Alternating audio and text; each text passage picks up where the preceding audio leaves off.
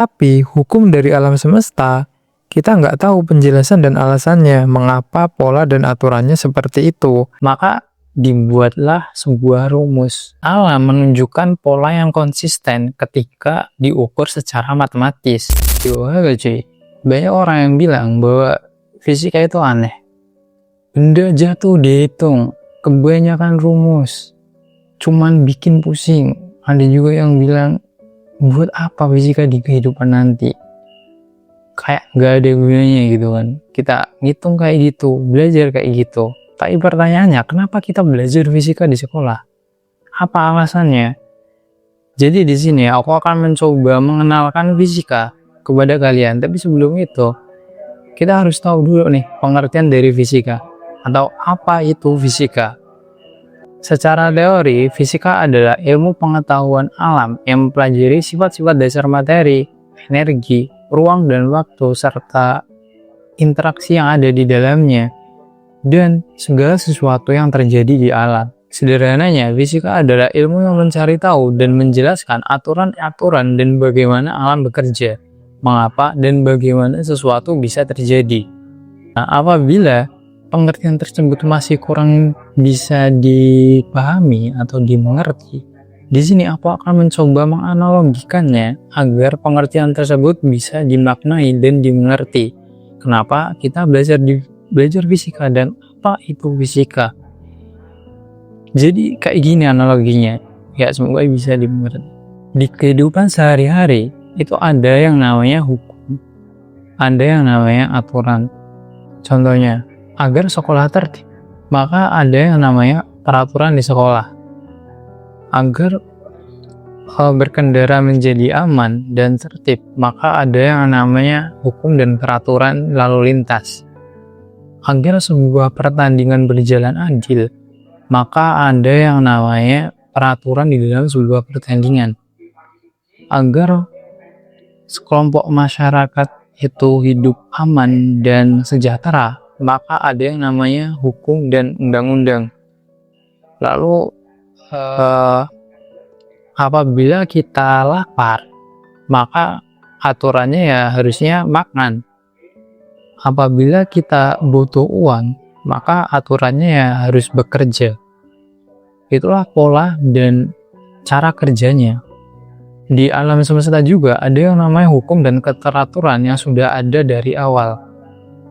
Bedanya, hukum dan keteraturan ini tidak dibuat oleh manusia dan tidak bisa dilanggar sama sekali. Dan hukum ini ya polanya selalu kayak gitu dan nggak bisa diubah, selalu tetap. Contohnya, ketika kita melompat, pasti kita akan jatuh ke bawah. Setiap melompat, pasti jatuhnya ke bawah. Setiap benda jatuh, pasti jatuhnya ke bawah. Ya kan? Nah, secara ilmiah itu karena ada yang namanya hukum gravitasi. Terus setiap benda yang diberikan gaya, baik tarikan maupun dorongan, pasti bendanya akan bergerak. Entah itu ke depan, ke belakang, ke samping, atau kemanapun itu. Yang pasti setiap kita memberikan gaya ke sebuah benda, pasti benda tersebut akan bergerak kan. Emang kayak gitu kan ketetapannya, dan aturan serta polanya emang kayak gitu loh. Terus ada lagi yang namanya setiap kita melakukan sesuatu pasti ada yang namanya akibatnya, ya kan? Itu termasuk hukum sebab akibat kan. Setiap kita melakukan sesuatu pasti ada akibatnya. Hukum dan polanya atau ketetapannya emang kayak gitu, nggak bisa dirubah lagi tuh. Dari awal emang kayak gitu. Terus setiap ada panas pasti ada yang namanya perubahan suhu. Contohnya nih, setiap ada api pasti kan panas tuh. Api nyiptain panas, dan setiap kita deketin sesuatu ke api itu, lama-kelamaan benda yang dideketin ke api itu pasti akan mengalami perubahan suhu menjadi panas. Nah, itu udah ketetapan, setiap ada api pasti ada panas nih. Setiap ada sumber panas ya pasti sesuatu di sekitarnya yang dideketin ke situ pasti panas. Itu udah ketetapan tuh, udah nggak bisa diganggu gugat lagi kan. Udah ketetapan. Dari analogi dan contoh itu, hukum dan aturan yang dibuat manusia, kita tahu penjelasan dan alasannya. kenapa aturan dan hukum itu dibuat. Kita tahu kenapa hukumnya bentuknya kayak gitu. Kenapa pola dan aturannya kayak gitu. Kita tahu akan hal itu, karena kita yang membuatnya. Tapi hukum dari alam semesta, kita nggak tahu penjelasan dan alasannya mengapa pola dan aturannya seperti itu. Kenapa hukumnya konsisten dan nggak bisa dilanggar sama sekali. Nah, untuk memahami cara kerja alam, yaitu pola dan ketetapan tadi, maka manusia itu membutuhkan cara berpikir dan metode. Dan karena manusia mempunyai rasa ingin tahu yang sangat tinggi dan kemampuan membaca pola yang sangat baik, seperti suara bisa jadi bahasa, terus bintang jadi navigasi, dan sebagainya. Dari kasus tadi, dari ketetapan-ketetapan yang sudah aku sebutin, misalnya kayak benda jatuh selalu ke bawah tadi, awalnya manusia pasti bertanya dong, kayak kenapa ya kok benda itu jatuhnya ke bawah terus ya? Kenapa kok nggak ke samping ya? Kenapa kok nggak ke atas? Kenapa selalu jatuh ke bawah? Nah, dari situ lama-kelamaan pasti mereka akan berpikir dan bereksperimen terus, atau timbul pertanyaan-pertanyaan lain. Seperti kayak, mungkin dia ini awalnya berteori dulu kan, mencoba menjelaskan sesuatu itu.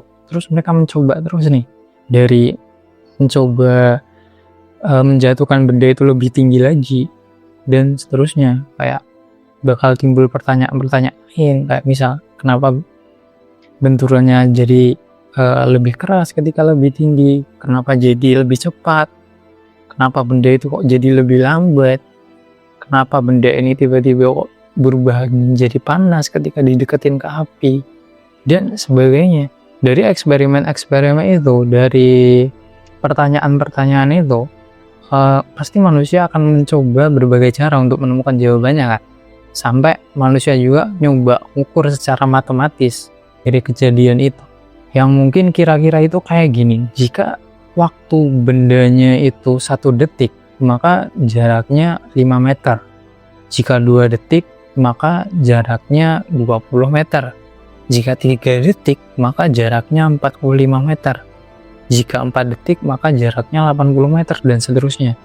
Atau kayak gini, benda yang dijatuhkan dari jarak 5 meter, waktunya 1 detik loh. Dari ketinggian dari jarak 20 meter atau ketinggian 20 meter, waktunya 2 detik. 45 meter, waktunya 3 detik, dan seterusnya. Sehingga akan menjadi sebuah deretan angka yang sangat panjang kan, dari pengukuran pola alam tersebut. Dan ternyata deretan angka tersebut ketika diperhatikan, ternyata memiliki hubungan yang tetap toh. Setiap waktunya 2 kali, maka jaraknya akan 4 kali. Artinya jarak mengikuti pola waktu dikali waktu. Berarti ada hubungan antara jarak dan waktu. Dan alam menunjukkan pola yang konsisten ketika diukur secara matematis. Setelah dicoba berulang kali, hal tersebut itu tetap konsisten. Polanya selalu kayak gitu ketika dihitung secara matematis tuh. Nah, dari sini pertanyaan-pertanyaan tadi itu terjawab, sehingga mendapatkan sebuah penjelasan yang sangat panjang itu. Karena jawaban dari pertanyaan terhadap pola-pola tersebut mendapatkan penjelasan yang sangat panjang jika ditulis secara matematis, maka dibuatlah sebuah rumus. Tujuannya ya untuk mempersingkat jawaban tersebut berupa simbol dengan bahasa matematika. Kenapa menggunakan bahasa matematika? Karena matematika tersebut adalah bahasa universal yang bisa dimengerti oleh semua manusia yang ada di bumi ini. Harusnya sih kayak gitu. Maksudnya itu coba kayak gini ya, coba bayangin.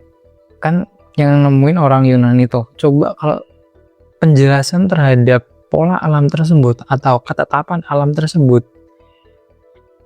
menggunakan bahasa Yunani plus bahasa matematika tadi. Kita yang sekarang atau orang-orang kedepannya itu pasti kan butuh lebih banyak waktu untuk menerjemahkan semua penjelasan panjang tersebut, dan terlalu lama untuk menuliskannya kembali kan. Nah, makanya itu dipersingkatlah dengan yang namanya rumus itu tadi. Itulah mengapa fisika menggunakan yang namanya rumus. Ceritanya sih kayak gitu, analoginya kayak gitu. Ngerti nggak boy? Ya itu pemikiranku ya kayak gitu ya. Kalian bisa komen dan coba pahamin sendiri deh. Dari analogiku tadi dan dari penjelasan tadi, kuharap ini tuh bisa dimengerti, yang membuat pemikiran kalian yang skeptis terhadap fisika itu berubah, sehingga tidak lagi berpikiran bahwa fisika itu cuman tentang rumus, tapi fisika itu adalah cara untuk membaca dunia. Kayak gitu cuy.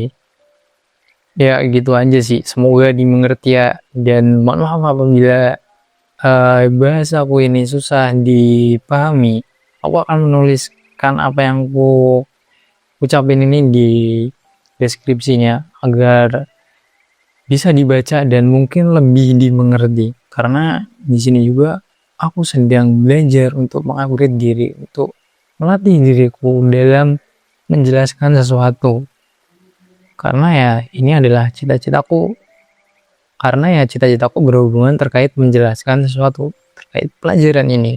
Oke, see you, bye-bye.